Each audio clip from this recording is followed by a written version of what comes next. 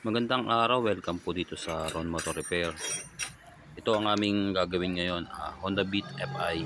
Ang problema nito mga boss, yung combi brake niya. Bali, hindi siya nagpa-function. So, ito normally pagka pinipigaan nyo yung lever sa left side, yung sa rear, dapat mahihila niya rin tong sa front. May cable siya dyan. So, dito sa unit na to, hindi siya gumagana. So, alam ko yung mga ganitong problema, marami na to sa mga Beat, Click, yung mga ganitong combi. So ito, makikita nyo dito, nakapiga na ako sa preno pero diretso pa lang ikot. So ito, binuksan ko na yung harapan para makita nating mas mabuti. So ito kasi may mga nagawa na akong ganito, gusto ko lang i-share sa inyo kung paano siya masusolusyonan. So dito, ang clearance niya kasi puro kontian lang. Yung mga konting clearance, importante sa kanya yon. So dapat magawa nyo yon sa pagtotono. Ito, puro importante ito yung pagtotono. May mga nagawa ako nito dati, mga may kalso-kalso pa, pero useless yon, hindi rin magpa-function. Ito naman, mapapagana mo pa ito. Sundan mo lang tong video na to, mapapagana nyo pa yung sa inyo kung hindi gumagana. Basta hindi pa sira yung mga lever niya. Minsan kasi may problema rin yung mga lever. So ito ngayon, nakikita nyo siya, napakaliit ng clearance dito. So wala nang chance para mahila pa yung kable na yan. Kasi halos 0-0 na siya. Ayan, ipofocus ko yung camera. At pasensya na at mahina na kasi yung ating camera. So dito tayo kukuha ng adjustment. Ilulus muna natin yan para magkaroon siya ng clearance doon. Kasi pikit na siya eh. Kumbaga wala nang chance na mahila pa siya. So yan yung kable, papunta na, yan yung combi. So ito muna ang gagawin natin mga boss. Bubuksan ko tong, ito yung sa combi niya, yung pinaka master.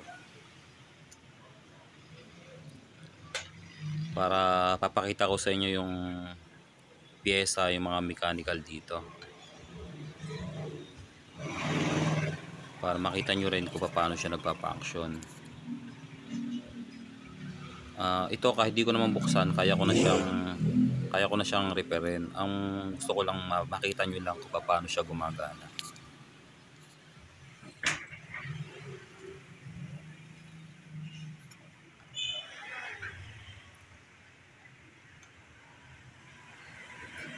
So ito, goma lang naman to.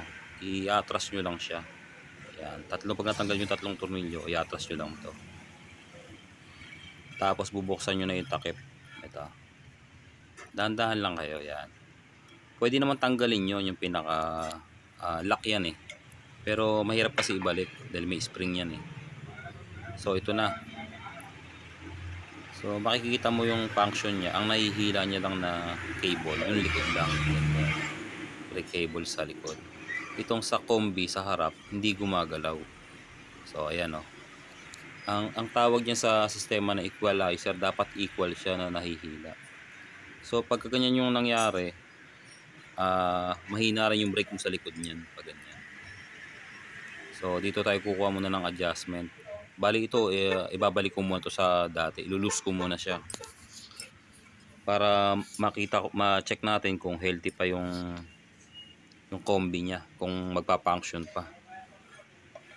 Kasi kagaya nga na sinabi ko, maliliit na clearance lang to. Minsan pagka may bawas na yung mga lever natin, naapektuhan na rin yung combi doon. So ito, makita nyo may clearance na siya.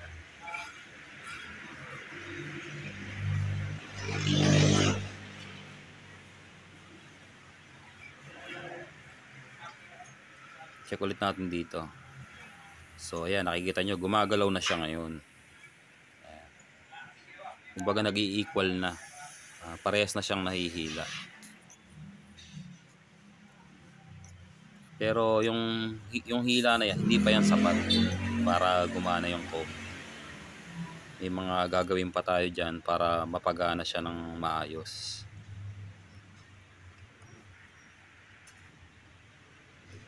Tapos yan itotono pa ulit natin yan mamaya.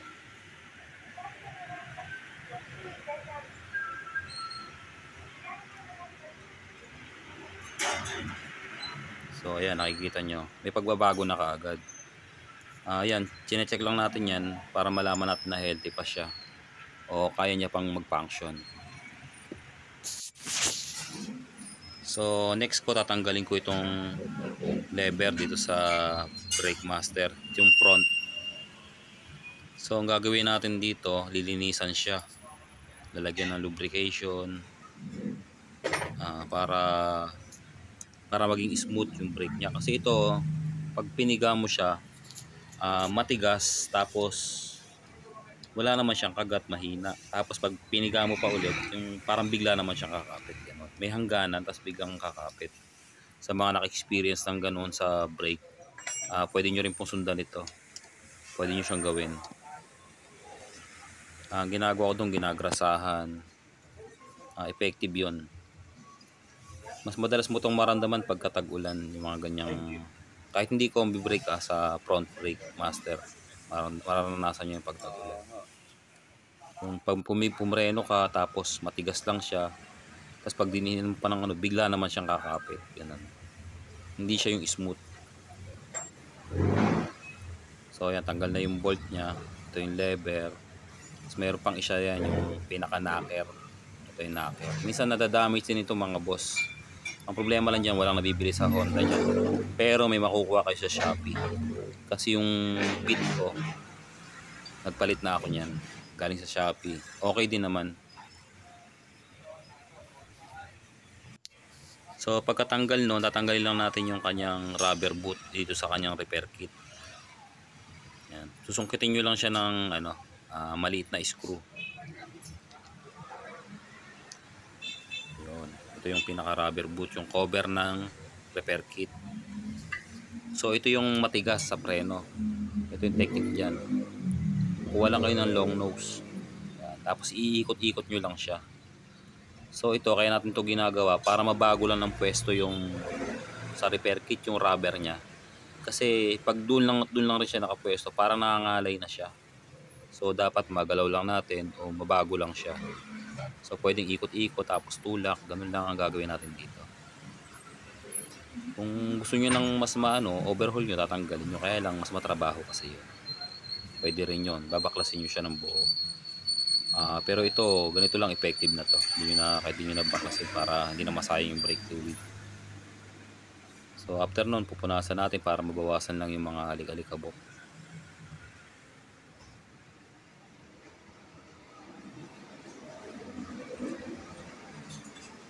So after nyan, lalagyan natin siya ng grasa. Yan. Hindi naman ganun kadami, sakto lang. So pampadulas lang ito.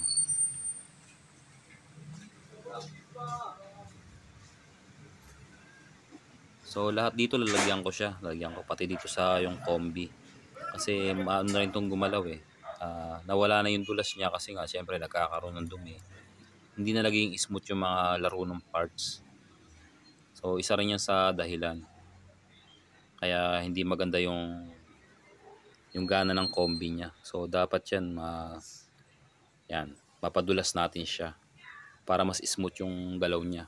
Kasi yung sa combi brake nga, ayan, nalagyan ko pa siya ng oil. Sa combi brake kasi konti lang yung mga clearance niya.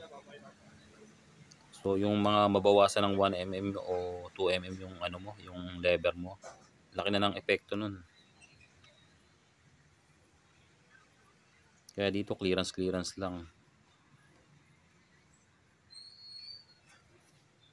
Kaya yung pag-a-adjust dun sa may combi, yung kanina yung niluwagan kong nut, konti-konti lang yung adjust doon kasi importante siya eh. Hindi siya magpa-function, hindi porket hinahay mo o hinihigpitan mo, tinatighten mo yung adjustment, gagana lalo, lalakas yung adjust mo, hindi. Minsan lalong hihina yung preno. Kailangan saktong-sakto lang yung pagtotono mo. So dito lagyan ko rin siya ng grasa lahat.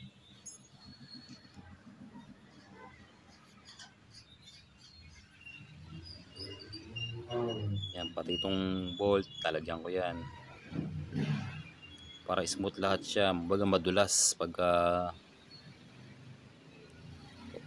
pag binibrake natin madulas, mas smooth siya, mas makakagalaw ng maayos yung parts. Isa rin kasi yan sa dahilan minsan maganit na ang tawag minsan, maganit. Ano. Asahan nyo pag ginanito nyo yung motor nyo, masarap nang gamitin ulit. Swabing swabe yung preno, parang brand new, promise.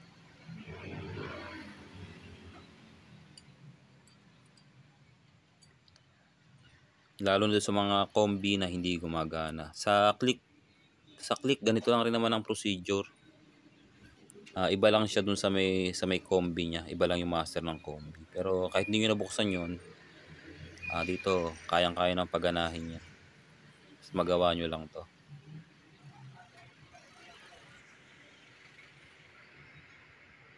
So ito, lalagay natin yung lever niya.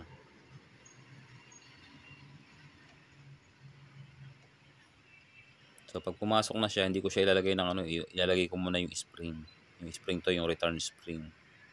Saka ko itutuloy ng higpit yung lever, yung bolt ng lever. So mas madali po pag ganyan.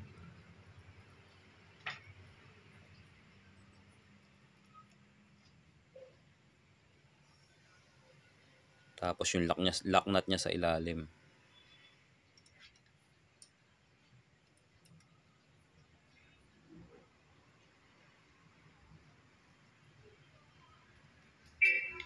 So ayan, okay na, mahigpit na. So dito magche-check ulit tayo. So ayan, nakikita nyo mga boss kahit malayo, gumagalaw na yung lever sa kabila, o yung knocker niya nahihila niya na.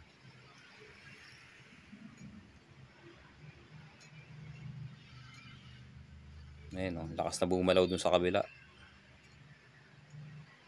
Pero ito may mga adjustment pa naman to boss. Pwede ko pang i-adjust yung kable sa likod, saka dito. Itotono natin siya ng mas maganda. Kasi pagkakulang ka rin sa tono dito, minsan nauuna naman yung harap. So gagawin kasi natin tono yung saktong-sakto lang.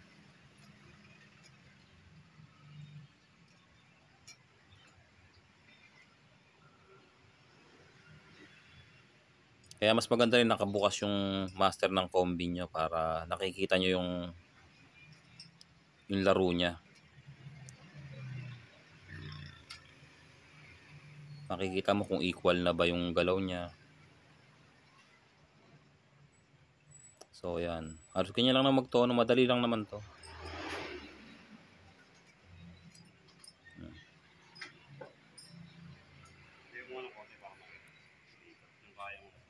So yan, titestingin na natin. Ayan humihinto na siya.